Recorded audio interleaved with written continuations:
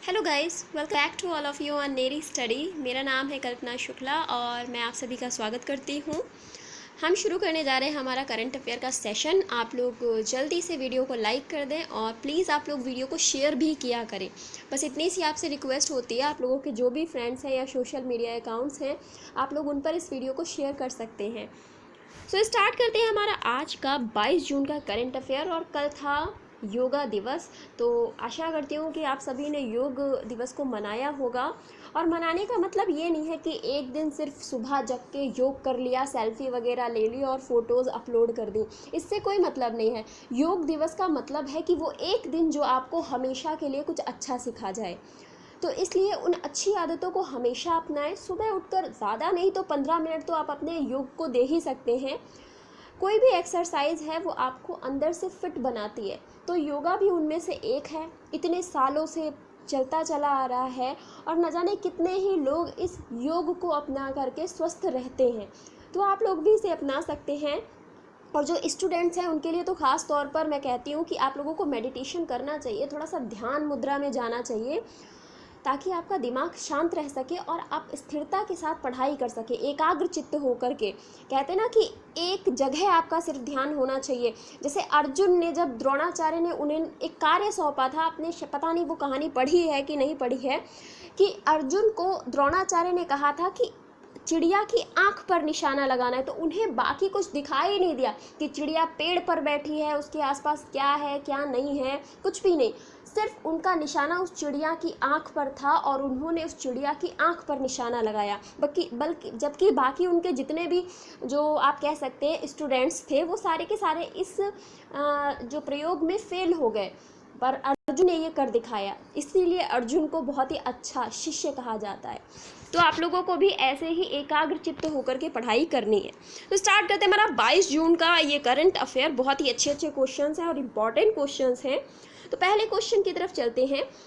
किस कमान ने port Blair में विश्व जल विज्ञान दिवस मनाया है? तो हाल ही में ये मनाया गया है, मतलब कल मनाया गया था इसे। तो वो पोर्ट ब्लेयर में विश्व जल विज्ञान दिवस किसके द्वारा मनाया गया है? तो ये मनाया गया है अंडमान निकोबार कमान के द्वारा। इसको आपको याद रखना है, अंडमान निकोबार कमान। ये क्वाड्रिलेटरल है और आपको ट्राइलेटरल है, सॉरी ये ट्राइलेटरल है। इसका मतलब क्या होता है कि इसमें सारी जितनी नौसेना हो गई, हमारी वायुसेना हो गई, स्थल सेना हो गई, ये तीनों के तीनों शामिल हैं। तो इसमें सारी सेनाओं का सम्मिश्रण है और ये एक ट्राइलेटरल कमांड है। तो आपको ये याद रखना है, अंडमान निकोबार जिसका हेडक्वार्टर जो हो जाता है वो पोर्ट ब्लेयर में हो जाता है।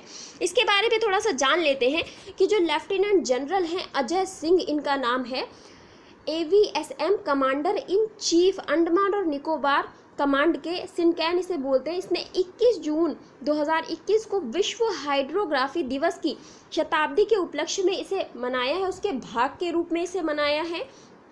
इस वर्ष के आयोजन का जो विषय था वो था हाइड्रोग्राफी में अंतर्राष्ट्रीय सहयोग के 100 वर्ष। तो इस, आप कह सकते हैं, इस विषय के साथ में इसे मनाया गया है विश्व हाइड्रोग्राफी दिवस के अवसर पर। तो बहुत ही इम्पॉर्टेंट दिवस है, आपको इसे याद रखना है। और अंडमान निकोबार ट्राइलेटरल कमांड है, एक यूनिक कमांड है। अभी अभी थोड़े दिन पहले ही इसकी स्थापना की गई थी, तो आपको इसके बारे में थोड़ा सा याद रखना है। नेक्स्ट क्वेश्चन की तरफ चलते हैं। नेक्स्ट क्वेश्चन है कि आज अंतर्राष्ट्रीय योग दिवस, मतलब ये कल के लिए था ना, तो उस पर पर्यटन मंत्रालय द्वारा आयोजित श्री श्री रविशंकर के साथ वेबिनार योग द वे ऑफ लाइफ को संयुक्त रूप से किसने संबोधित किया है? तो ये एक वेबिनार हुआ था। वेबिनार का मतलब होता है सेमिनार, जब हम सब साथ में बैठ करके कहीं जैसे गोल में सम्मेलन टाइप, इस तरीके से बैठ कर बात करें आमने सामने। पर क्या होता है कि अभी कोविड-19 चल रहा है, तो वेबिनार आयोजित किए जा रहे हैं, मतलब आप जहाँ भी हैं वर्चुअली जुड़ सकते हैं। तो वर्चुअली आजकल लोग पार्टीज़ भी कर रहे हैं, तो वैसे ही आप समझ लीजिए कि एक सम्मेलन हुआ है, वर्चुअली हुआ है, कि लोग सोशल मीडिया के माध्यम से यहाँ पर जुड़े। तो श्री श्री रविशंकर जी के साथ में योग द वे ऑफ लाइफ को संयुक्त रूप से किसने संबोधित किया है? तो यहाँ पर पर्यटन मंत्रालय का नाम आया है। तो जाहिर सी बात है पर्यटन मंत्री ने ये संबोधित किया होगा, तो इनका नाम है प्रहलाद सिंह पटेल। इनके द्वारा ये संबोधित किया गया है। तो yoga the way of life Shri Shri Ravishankar ji के साथ में इन्होंने इसका संबोधन किया है। नेक्स्ट क्वेश्चन है, इस वर्ष जून 2021 मतलब 21 जून 2021 को कौन सा योग दिवस मनाया गया? तो आपको इसका संस्करण भी याद रखना है कि कौन सा संस्करण हमने इस बार सेलिब्रेट किया है एज अ योगा डे। तो हम लोगों ने सेलिब्रेट किया है 7th, ये 7th था, इसका इस बार 7वां योग दिवस मनाया गया है। तो आपको याद रखना है 21 जून को ये जो मनाया गया है योग दिवस, इस बार हमने 7वां योग दिवस मनाया है। इसके बारे में हम जाने तो इसकी थीम क्या थी? योगा फॉर वेलनेस इसकी इस वर्ष की थीम थी, योगा फॉर वेलनेस। आपको बताना चाहूँ योग यूनिवर्सिटी खोली गई है जिसका नाम है स्वामी विवेकानंद योगा यूनिवर्सिटी। विदेश में खोली गई है, अभी नहीं, मतलब काफ़ी टाइम हो गया है, लेकिन आपको याद रखना है कि ये पहली है ऐसी यूनिवर्सिटी जो खोली गई है, वो पहली है और ये खोली गई है लॉस एंजल्स कैलिफोर्निया यूएसए मतलब अमेरिका, संयुक्त राज्य America, Los Angeles California USA में ये खोली गई है स्वामी विवेकानंद योगा यूनिवर्सिटी। तो ये क्वेश्चन भी बहुत इंपॉर्टेंट है, आप इसे भी याद रखेंगे। और इस वर्ष की थीम क्या थी? तो योगा फॉर वेलनेस इस वर्ष की थीम रही थी। नेक्स्ट क्वेश्चन की तरफ चलते हैं। नेक्स्ट क्वेश्चन है, कश्मीर घाटी के सभी 15 रेलवे स्टेशन वाईफाई सुविधा से जोड़े गए हैं, ये बहुत ही बड़ी बात है। और वर्तमान में रेल मंत्री कौन है? तो कश्मीर का आप क्या देखते हैं कि यहाँ पे तो फ़ोन की सुविधाएं भी बहुत ही, आप देख सकते हैं कि यहाँ पर इतनी ज़्यादा लड़ाई होती रहती हैं, क्राइसिस इतने ज़्यादा हैं कि जिसकी वजह से आप आए दिन सुनते रहते होंगे कि यहाँ पर फ़ोन की सुविधाओं को रद्द कर दिया गया है, इंटरनेट की सुविधाओं को रद्द कर दिया गया है। ऐसे में क्या है कि वहाँ की स्थिति को और बेहतर बनाने के लिए, ताकि बार बार ऐसी कंडीशंस ना आए, लड़ाई झगड़ा शांत रहे, ताकि लोगों को अच्छी सुविधाएं दी जा सकें, तो ऐसे में वहाँ पर जो 15 रेलवे स्टेशन है अब उनको वाईफाई सुविधा से जोड़ा गया है। तो कश्मीर घाटी के लिए बहुत ही बड़ी बात है। और वर्तमान में जो रेल मंत्री हैं आपको उनका नाम बताना है, क्योंकि उनके द्वारा ये घोषणा की गई है। तो वो हो जाते हैं पीयूष गोयल। चर्चा में रहे थे आप भाई, जिन्होंने एनटीपीसी का फॉर्म डाला था वो सब जानते हैं कि रेल मंत्री कौन है। तो पीयूष गोयल जी जो हैं वो रेल मंत्री हैं और इनके द्वारा ये घोषणा की गई है। अब क्यों की गई है और इसी दिन पर क्यों की गई? तो कल था विश्व वाईफाई दिवस, कल विश्व वाईफाई दिवस था, इसी वजह से इन्होंने कल ये घोषणा की कि हमने 15 रेलवे स्टेशन जो हैं कश्मीर घाटी के, उनको वाईफाई से जोड़ दिया है। इसमें श्रीनगर का रेलवे स्टेशन भी शामिल है। तो श्रीनगर एक बहुत ही इम्पॉर्टेंट प्लेस है, अगर हम जम्मू कश्मीर की बात कर रहे हैं तो उसको भी वाईफाई से जोड़ दिया गया है। बहुत ही इंपॉर्टेंट क्वेश्चन है, आपको इसे याद रखना है। नेक्स्ट क्वेश्चन की तरफ चलते हैं। ये क्वेश्चन आप लोगों के लिए बनता है चैलेंजिंग क्वेश्चन। तो ये क्वेश्चन आप पढ़िए कि 21 जून को ग्रीष्मकालीन अयनांत या ग्रीष्म संक्रांति भी इसे कहा जाता है। ये 21 जून को मनाया जाता है। फिर यह ग्रीष्म ऋतु का सबसे लंबा दिन होता है। क्या ऐसा होता है? 21 जून को सबसे लंबा दिन होता है। फिर तीसरा है कि ग्रीष्म संक्रांति के दिन सूर्य की अवस्थिति कर्क रेखा के ठीक नीचे होती है। तो ये 3 कथन कहे गए हैं, आपको बताना है कि सही कौन सा है। तो फिलहाल अगर आपने अब तक पढ़ लिया है और सोच लिया है कि कौन सा सही है कौन सा गलत है, तो मैं आपको आंसर बता देती हूँ कि इसमें पहला और दूसरा बिल्कुल सही है, तीसरा कथन थोड़ा सा गलत है। पहला कह रहा है कि 21 जून को ग्रीष्मकालीन अयनांत या ग्रीष्म संक्रांति मनाई जाती है, बिल्कुल मनाई जाती है, इसी दिन इसे मनाया जाता है। दूसरा कथन है कि यह ग्रीष्म ऋतु का सबसे लंबा दिन होता है। तो आपको अगर पता होगा कि ग्रीष्म मतलब गर्मियों की अगर हम बात करें तो ग्रीष्म काल में सबसे लंबा दिन 21 जून का माना जाता है, तो मतलब कल का जो दिन था वो बहुत ही लंबा था। फिर तीसरा है कि ग्रीष्म संक्रांति के दिन सूर्य की अवस्थिति कर्क रेखा के ठीक नीचे होती है। ठीक नीचे नहीं बल्कि कर्क रेखा के ठीक ऊपर होती है।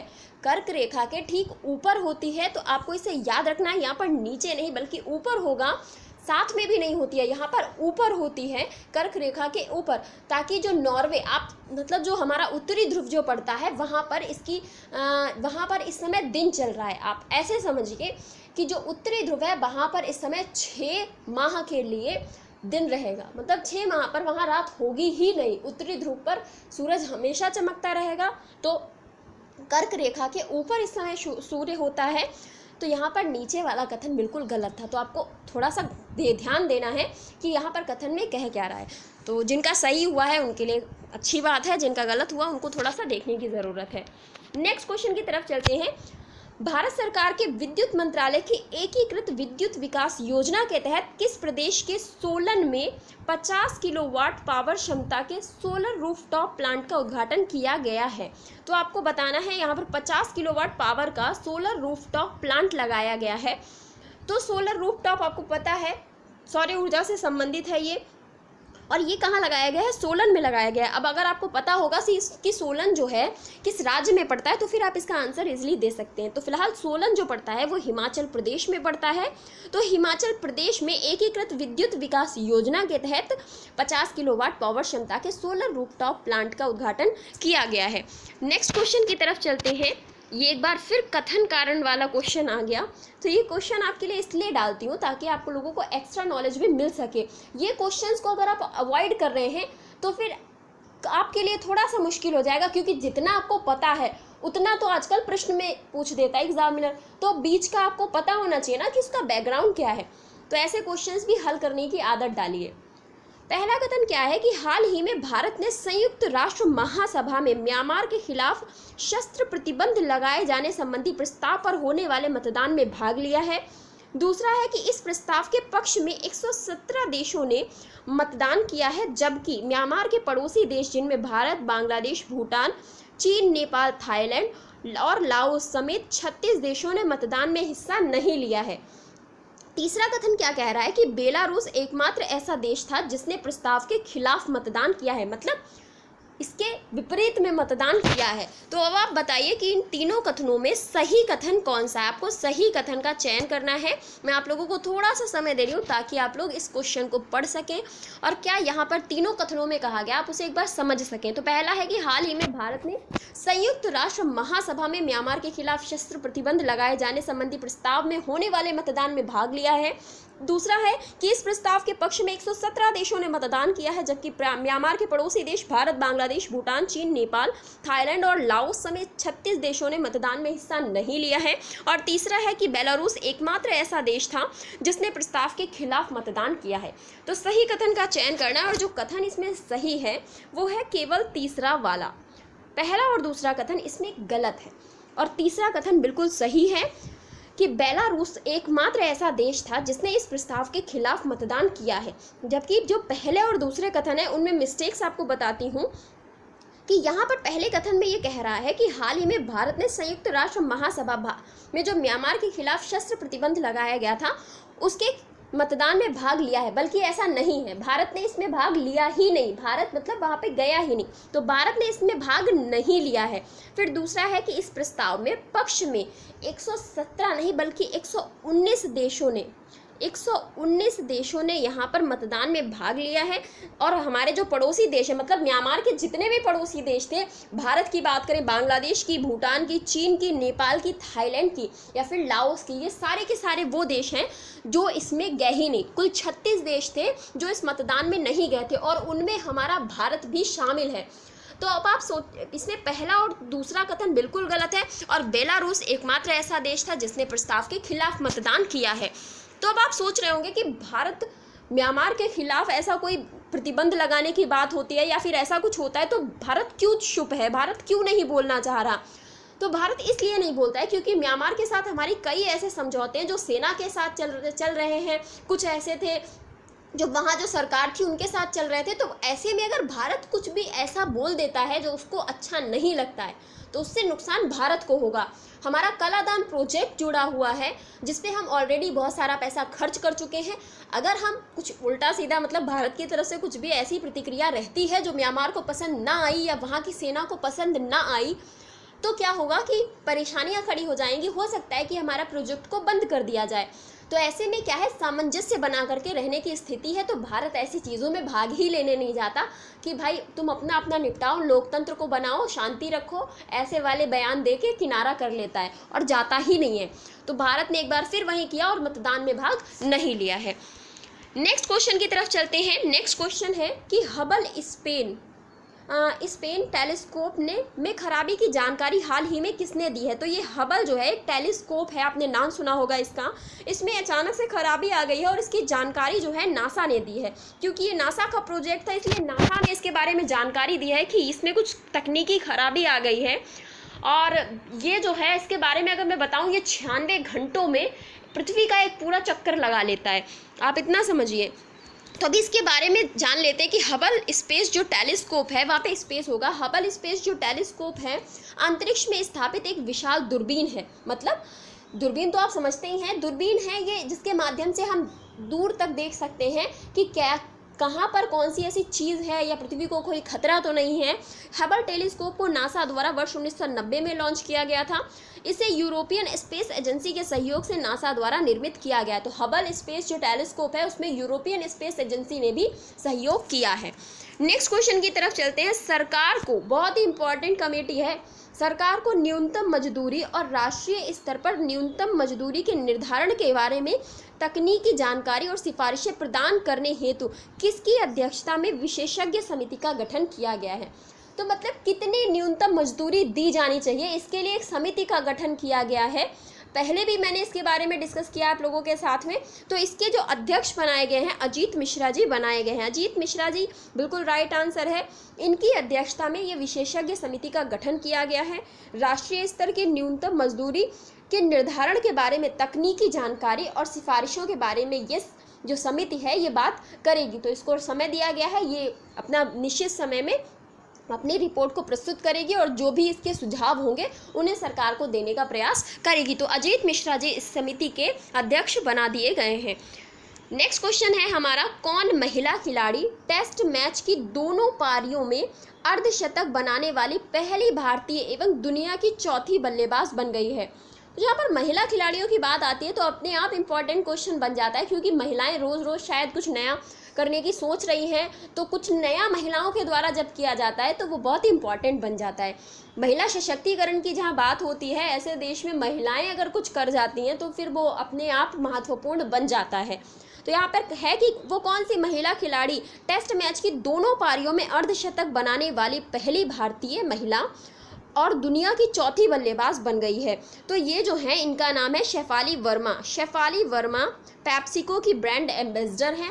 शेफाली वर्मा बहुत ही चर्चा में रहती हैं शेफाली वर्मा, तो इनका नाम आपको याद रखना है कि ये बन गई हैं शेफाली वर्मा, इनका नाम है। नेक्स्ट क्वेश्चन है, और ये आज का हमारा अंतिम प्रश्न है कि बीसीसीआई ने ओलंपिक में खिलाड़ियों की तैयारियों के लिए कितने करोड़ रुपए दान देने की घोषणा की है। बीसीसीआई ने ओलंपिक में खिलाड़ियों की तैयारी के लिए कितने करोड़ रुपए दान देने की घोषणा की है। तो बीसीसीआई ने कहा है कि हम भाई 10 करोड़ रुपए देंगे जो ओलंपिक में खिलाड़ी जा रहे हैं उनकी तैयारी के लिए। तो 10 करोड़ रुपए बीसीसीआई के द्वारा दिए जा रहे हैं। ऐसे ही करके धीरे धीरे जोड़ा जाएगा, तब हम अपने देश के खिलाड़ियों को टोक्यो ओलंपिक के लिए भेज पाएंगे। तो अगर देखा जाए भारत में खेलों की स्थिति इतनी ख़राब है कि खिलाड़ियों का कोई भविष्य नहीं है। जब तक खेल रहे हैं तब तक खेल रहे हैं, उसके बाद उनके लिए शायद ऐसा कुछ बहुत अच्छा नहीं कर दिया जाता है सरकार के द्वारा। भारत में ऐसे ऐसे खिलाड़ी हैं, अभी सुनील छेत्री की अगर हम बात करें, इतने इंटरनेशनल लेवल पर इतने अच्छे खिलाड़ी हैं, लेकिन क्या है कि उनके लिए सरकार ने कुछ भी ऐसा नहीं कर दिया। जबकि अदर कंट्रीज़ में अगर हम देखते हैं तो कोई खिलाड़ी अगर कुछ अच्छा करता है तो उसको सरकार के द्वारा बहुत ही ज़्यादा समर्थन मिलता है, पर भारत में खिलाड़ियों की स्थिति बहुत अच्छी नहीं है। तो यहाँ पर 10 करोड़ रुपए दान दिए गए हैं। आप लोगों को एक इंटरेस्टिंग बात बताती हूँ कि जो टोक्यो ओलंपिक है वो टोक्यो के जिस गांव में जहाँ पे आयोजन किया जा रहा है, गांव है जहाँ पर ये इन लोगों को रहने की व्यवस्था की गई है, तो इन लोगों के लिए कार्डबोर्ड के बेड तैयार किए गए। तो सोचिए कार्डबोर्ड के बेड, और खिलाड़ी बहुत नाराज़ हैं कि ऐसे बेड दिए इन पे तो मुश्किल से ही सो पाएंगे, कि ये टूटने का इतना ज़्यादा डर है। कार्डबोर्ड के बेड बनाए गए हैं।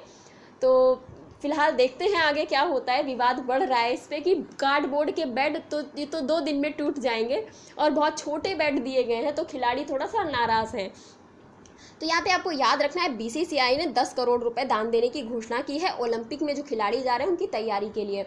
ये था हमारा आज का सेशन। आपको सेशन कैसा लगा कमेंट बॉक्स में ज़रूर बताइएगा, और प्लीज़ वीडियो को लाइक ज़रूर कर दीजिएगा। Thank you so much.